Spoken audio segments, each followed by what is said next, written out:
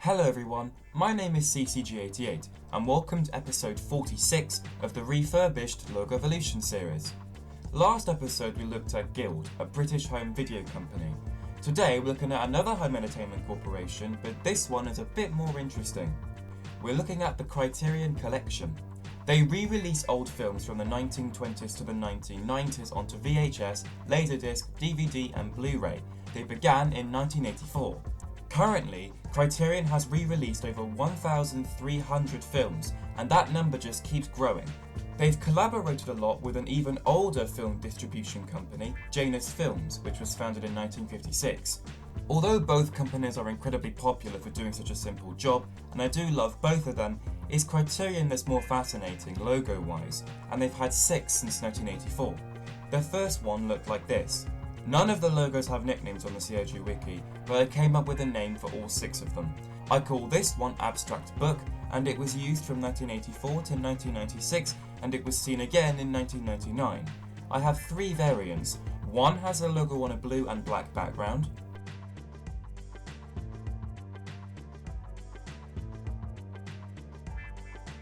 and 2 are on a black background. One has a logo with some extra small text reading The Criterion Collection, a joint venture of Janus Films and Voyager Press. And one has it with a grey shadow.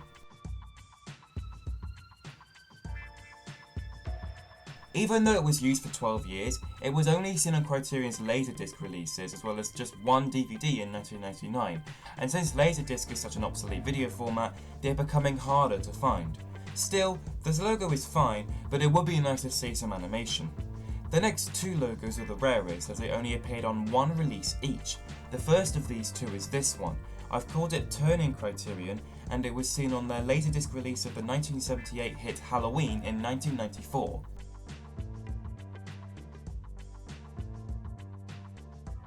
This is one of those logos that goes better without sound. It has simple animation. Come to think of it, what music would actually sound good with a logo that animates as simple as this?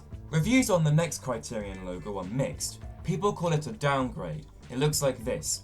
It is called Abstract Book 2, and it was seen on CC's Laserdisc release of RoboCop in 1995.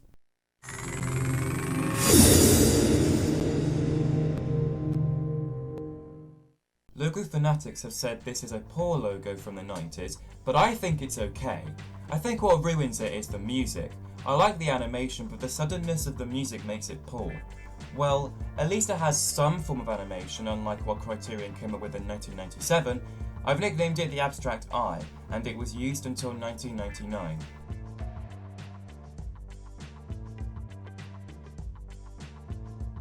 There's a zoomed-in variant excluding the words on the outside.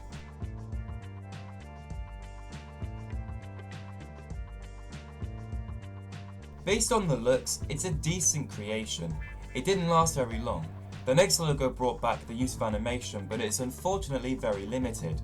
It's titled Wiping Criterion, and it was used from 2000 to 2007. I have 2 variants. One is in 4x3,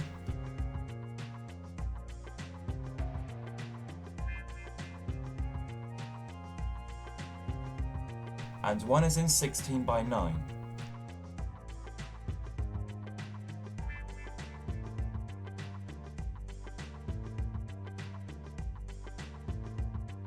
The only logo so far to contain significant animation is the 1995 one, but even then, the animation isn't the greatest, and plus, that was only seen once, so it's very irrelevant in 2019.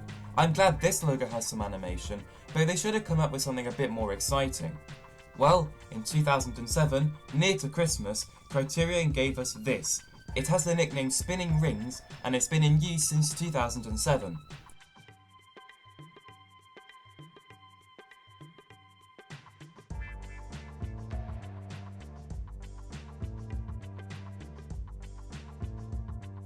There's a variant that has the 1997 to 2012 Universal Studios fanfare due to some terrible plastering.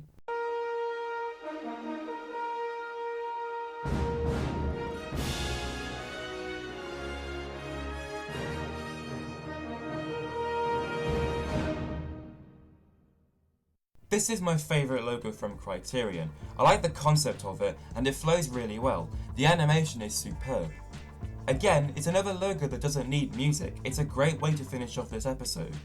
I just hope that whatever Criterion comes up with next, it's at the same standard as their current logo, or maybe something better. Thank you very much for watching this episode. I really hope you enjoyed it, and I'll see you all another time. Goodbye!